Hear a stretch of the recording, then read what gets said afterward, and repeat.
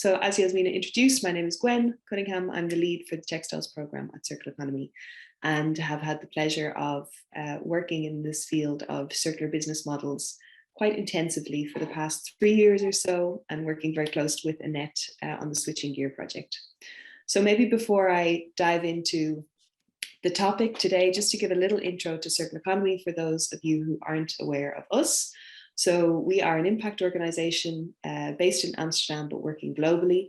And at the core, we really work to empower businesses, cities, and nations in the practical implementation of the circular economy. So putting circular economy strategies into action. And we have quite a big, hairy goal. I kind of hate that term, big, hairy goal, but to double circularity from 8.6%, which is by our research where we stand currently, we are 8.6% circular, to 17% within the next 10 years. And that is in line with, or what we have found to be in line with the measures that are necessary in order to stay within that 1.5 degree pathway put forward by the Paris Agreement. So all of our work is kind of driving towards that end target, that end metric. And I lead the textiles program, which is one of many kind of focus areas within the organization. We were founded back in 2014 to tackle all of the various complex challenges that the textile industry faces. But our core mission is quite simple, which is to achieve a zero waste industry. And we do that in two kind of distinct ways. So we have one pillar of the program, which is looking at how do you reduce the existing waste mountain, whether it's, post-industrial waste, post-consumer waste. We don't discriminate. And our interest area there is really in developing the kind of technology, the data, the infrastructure that you need to valorize textile waste at scale. But we also recognized quite early on, if you go back one slide, Yasmina, that you also have to be more proactive, and you need to also prevent waste in the first instance. And that led us to build up the second pillar of the program, which is all about supporting brands to implement circular design strategies. So we have a training program for that, and also to develop and launch circular business models. And that is obviously the topic of today, circular business models. So, we're speaking about that prevent pillar. And if we maybe start with just the need, why do we need circular business models? To put it very plainly, we know that extending the active service life of a garment is one of the most effective ways to reduce the overall impact of the industry. And it really has some kind of very exciting promises or potential. One is obviously that by doing this, we can decrease the need for new production and new consumption by keeping garments in use for as long as possible, and therefore really eliminating all of the associated impacts with that new production and consumption. Secondly, is that these new business models can incentivize design for cyclability strategies. So that is really key, because design kind of lies at the heart of the circular economy concept. And then thirdly, that you get to hopefully reduce the growing mountain of textile waste that's being generated every year. So in a nutshell, that's kind of the three-pronged promise of these circular business models, if we design them in the right way, if we design them with intent. And I think what we're seeing at the moment is that opportunity is being recognized by brands far beyond just, let's say, the environmental impact of these models. So, brands are increasingly seeing that rental and resale markets are growing faster than traditional retail, and that there is a huge kind of commercial opportunity here. They're also seeing that it's a chance to control existing markets that are already there. The chances are that if you're a brand listening, your product is being circulated on, for instance, a rental platform, a resale platform, a peer-to-peer platform. You're just not, getting the benefit from that at the moment. So a chance to kind of engage and control those markets. Thirdly, increasing the monetization per garment. So, very simply put, why would you sell something once if you can sell it 2, 3, 4 times? Also, interestingly, an opportunity to access valuable data about your garment. So of course, in these circular business models, you are really receiving used product back from the consumer on a continual basis. And with that is an opportunity to understand really how your customer is using their product, what they think of it, but also kind of critical data on the actual product performance, which can of course then, really be fed back into the design process to make better product or to make more appropriate or kind of relevant products for the market. Finally, then the three last ones are really to do with the kind of customer relationship that's stimulated over the course of a circular business model. So it's an opportunity to speak to new customer segments. Many people that we speak to report on the fact that by moving into these resale or rental markets, they actually tap into an entirely new segment that they didn't know was there.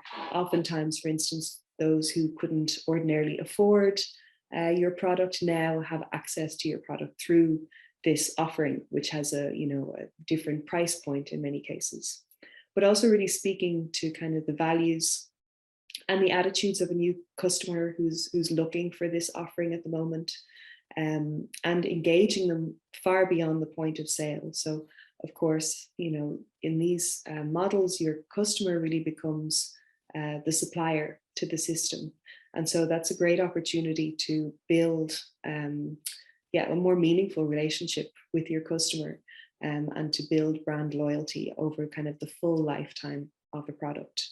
So this is just in very short. I mean, we could talk about any of these points for a long time, and hopefully Annette can kind of point us later to which ones they have experienced in practice. But suffice it to say that the opportunity is, yes, driven through the lens of the environmental impact benefits that these business models promise, but there is much more benefits also to be seen.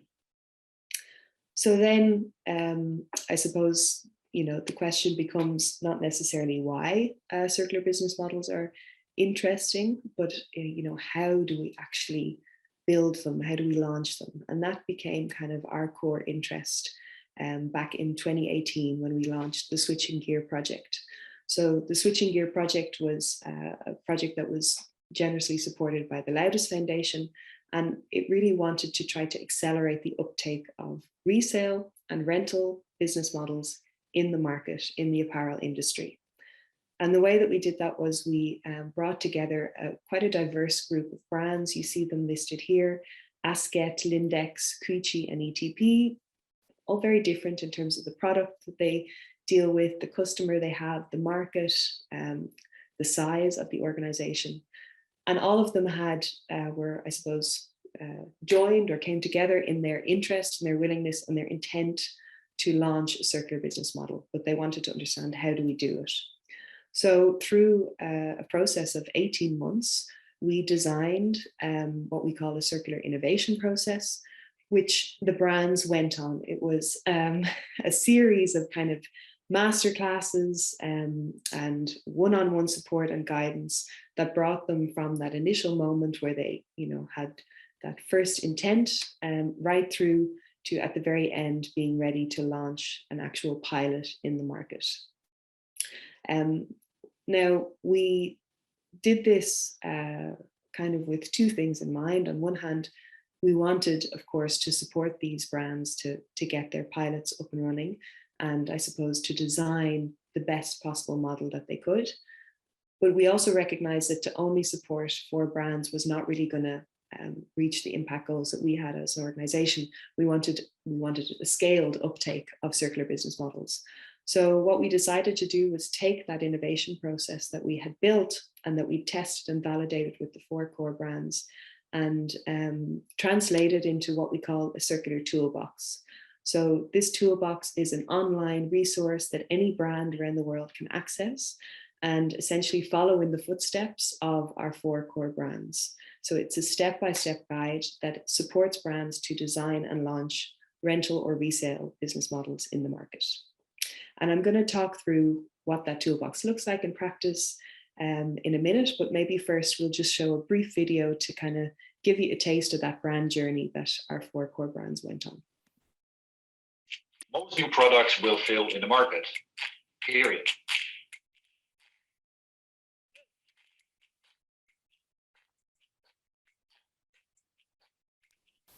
The sound has disappeared. Are you in or are you out?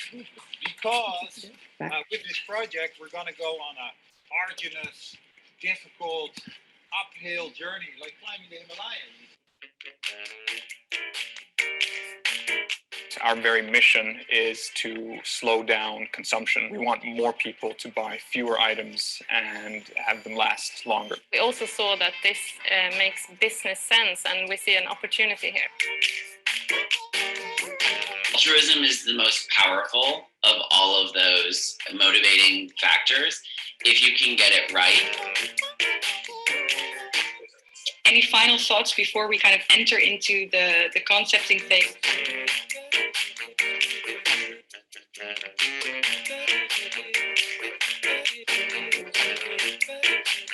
So what's important to us is that we do this, we do it quick, we can go big, we can lean on other people's expertise.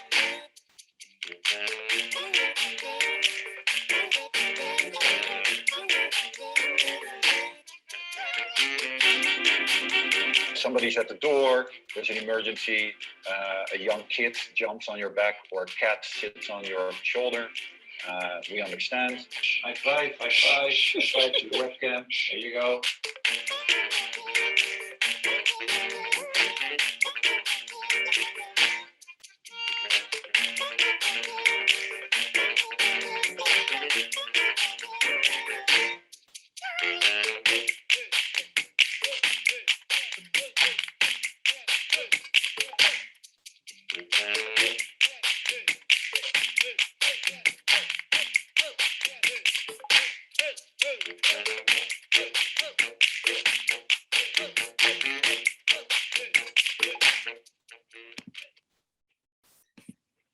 So that's it.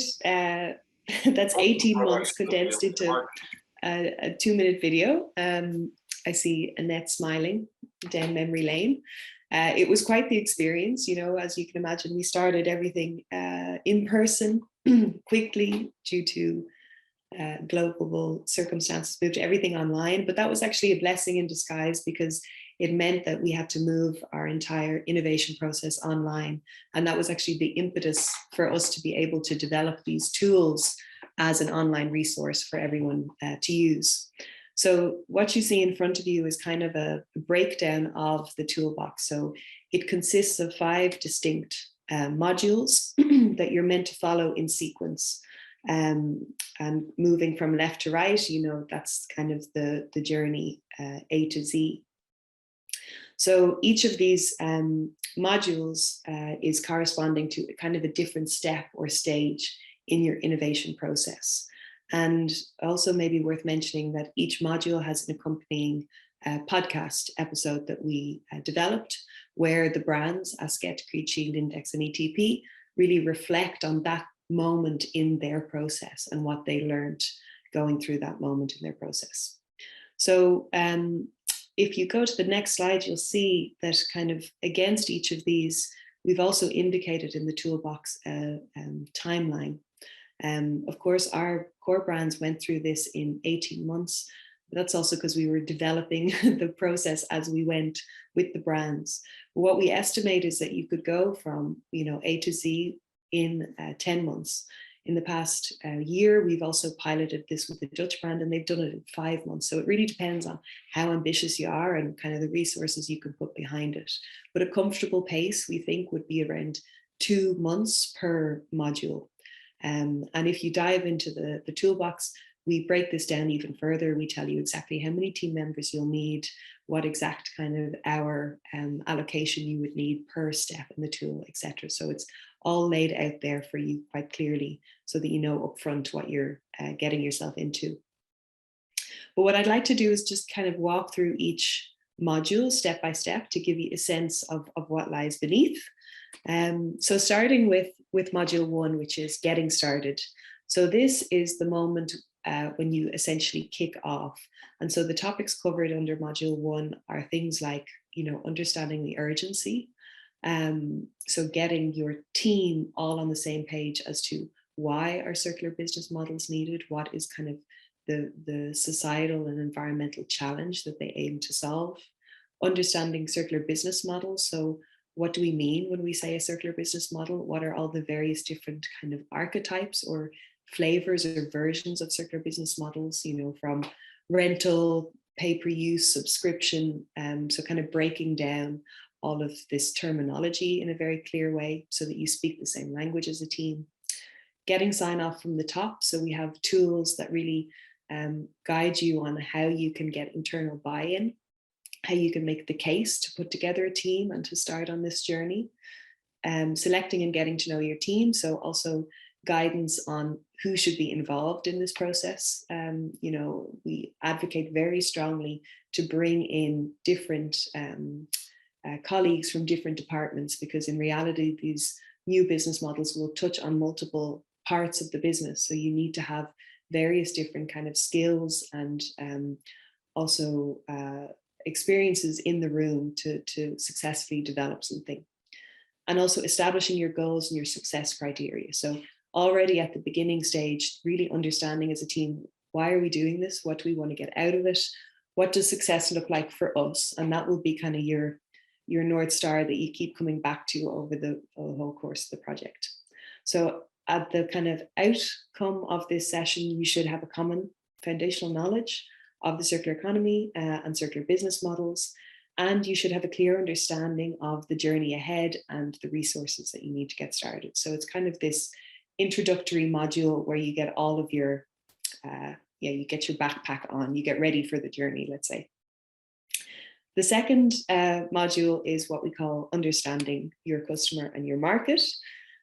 And this is where you kind of kick off the work and you start really by exploring and gathering data and evidence that will then inform your business model concept. So here the topics covered are, you know, identifying and understanding your target customer and your target market. A lot of tools to help you gather raw data from your target customer. So interview, survey tools, and all of that will help to kind of put together a target persona that you will use as your, I suppose, your inspiration on who are you building this for. And from that, that research that you do on the market and the customer, you generate insights, and those insights then develop your concept. So during this phase is when you do the first ideation sprint. We use a lot of design thinking tools that you can access through the toolbox, and you come up with a team with a first concept on what could this rental or resale business model look like. So you see the key outcomes there. It helps you build a thorough understanding of your rental or resale market, as well as your customer pains, gains, and jobs to be done, and translating these key insights into an initial value proposition statement, because it will keep changing, but you have an initial value proposition statement and an initial concept. Then the third stage is where we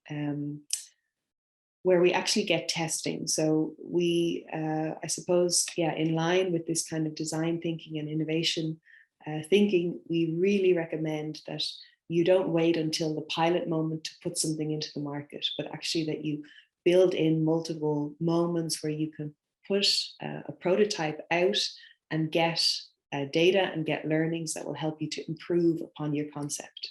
So in this phase, you are covering basically how do you design and test a prototype in the market.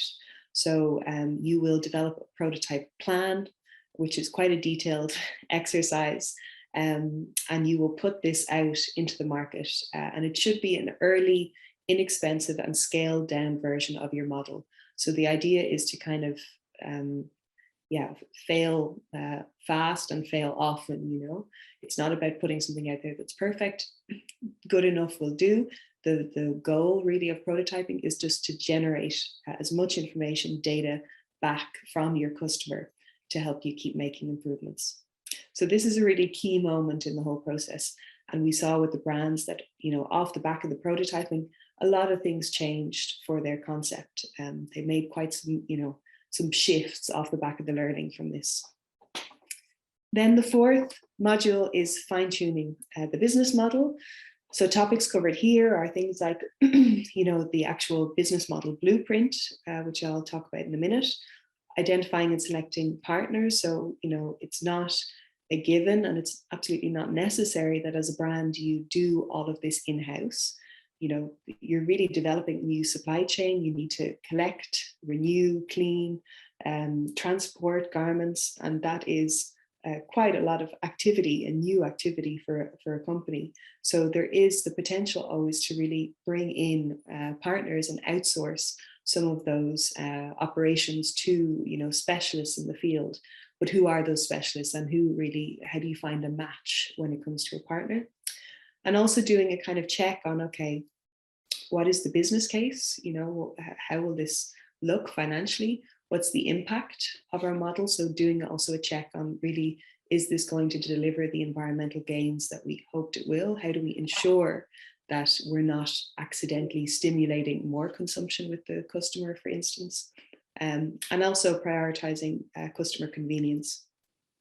So off the back of this fourth stage, you will have a detailed blueprint, which really maps your entire business model in terms of all of the front stage actions and all of the backstage processes and actions. And you'll also have that check on whether it's financially viable, whether it's convenient for the customer, and whether it's going to deliver on those impact benefits that you hope for. And then finally, we come to the piloting moment. So this last module is essentially about getting you ready to pilot. So there's two key elements. One is kind of the communications and the storytelling around your new business model concept, which is really key because, of course, for it to succeed, your customer needs to be excited, it needs to engage. So we help you to develop a messaging hook and a kind of compelling initiative, tagline, campaign that will set you up for success. And then also the actual pilot and scaling plan. So setting your ambitions, your objectives, your timelines, and your to-do list. And that's basically where the tool ends with your pilot plan. So we won't have a chance to kind of do a full walkthrough live.